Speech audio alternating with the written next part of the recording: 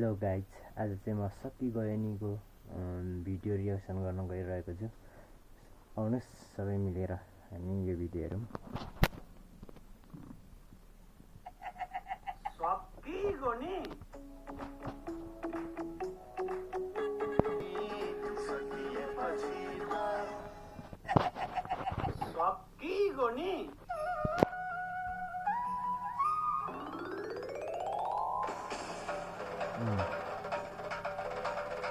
बुढी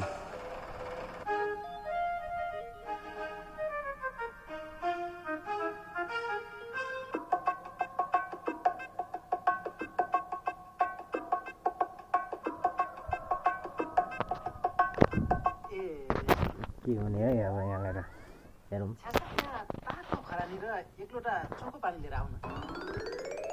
मलामी गएर आएपछि तातो खरानीमा टेकेर चोखो पानीले हात खुट्टा धोएर मात्रै भित्र छिर्नु पर्यो नि त चोखिएर।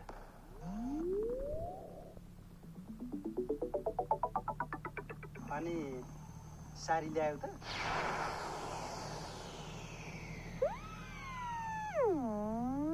ल्याइन। अब ल्याउँथ्यौ पनि कसरी? साडी सुहाउँछ कि सुहाउँदैन भनेर चेक गर्नलाई तिमी ट्रायल रुमभित्र छिर्यौ। अब बुढालाई देखाउँछु भनेर बाहिर निस्किँदाखेरि बुढो छैन। यसो पर हेर्दाखेरि बाटो क्रस गरेर बुढो पारी कुद्दैछ। तिमीले बुझेको यति नै हो नि होइन? अब तिम्रा मनमा चाहिँ बुढो भागो भन्ने भयो, तर वास्तविकता अर्कै छ है सुरु। वास्तविकता के छ भनेदेखि तिमी भित्र छिर्ने बित्तिकै मलाई एउटा पन आयो। ठुला घरे काका हार्ट एट्याक भएर छस्स मर्नु भएको छ। अनि तुरुन्तै घाटमा पुऱ्याएर अहिले आउँदैछु नि त। घाटबाट किन फर्केर आएको त? त्यही काकासँग जलेको भए हुँदैन थियो? तिमी यतिको रिसाउनु चाहिँ स्वाभाविकै हो है सुरु। खासमा तिम्रो रिस अझै पुगेको छैन। तिम्रा ठाउँमा म थिएँ भने त आइनै रिसाउँथ्यो। धेरै नाटक नगर। फोर साडी लिएर आयो कि ल्याएन? उता मलामीको टेन्सनले गर्दाखेरि सिधै घर आइदिन्छ। साडी लिएरै आउनुपर्ने रहेछ है। अझै पनि केही बिग्रेको छैन। त्यहाँ खुर्क गएर अहिले छानेको दुपट्टाको साडी लिएर आउने। त्यो त हो है, तर अब बजार पनि अलिकति टाढै छ नि त। फुत्त जान पनि अप्ठ्यारो। म भोलि बिहानै गएर छस्स दुपट्टाको साडी लिएर आइ नै हाल्छु सुरु। वर्ष यता नजिकै थियो भने म अहिले नै ल्याइन्थेँ क्या। पाडेको खाला है यहाँ पाडै।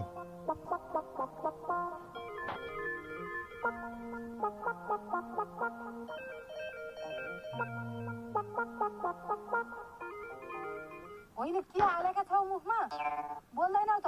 भोक लाग्यो हामीलाई।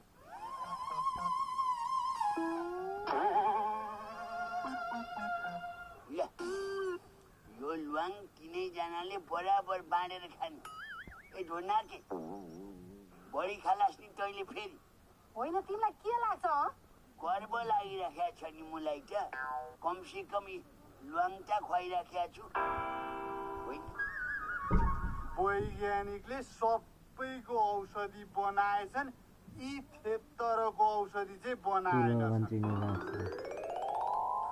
अब यसो गरौँ, हामी बोल निर्णय गरौँ। म चाहिँ तात्तिने।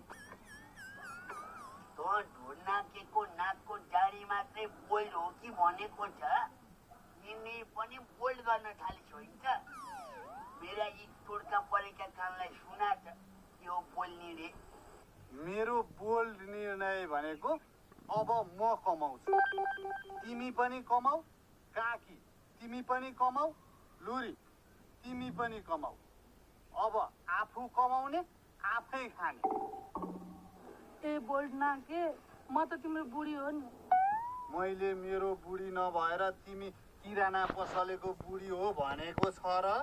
किराना पसलेको बुढी भए त कमसेकम टन्न खान पाइन्थ्यो। यसरी भोकै त बस्न पर्थेन नि।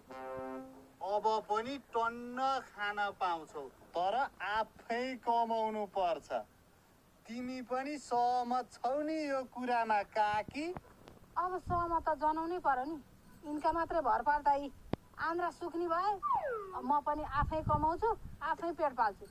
तर यो कुरा कसैलाई नभन्नु नि फेरि ए हरि यो दसैँलाई भनेर किनेको खसी कहाँ चाहिँ गयो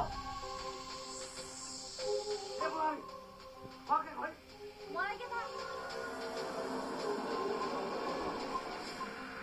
अनि खसी नि खसीको कोठालो हो र म गयो होला नि सर्न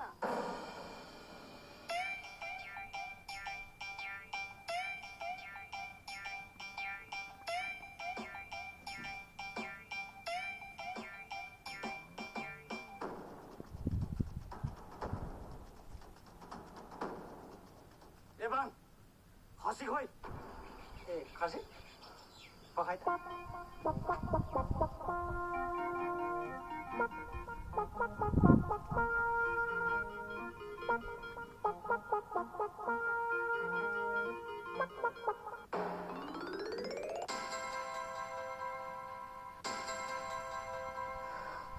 ए हई के लागो यो घडी त काट सके यो चाहिँ छेसो टुक्राको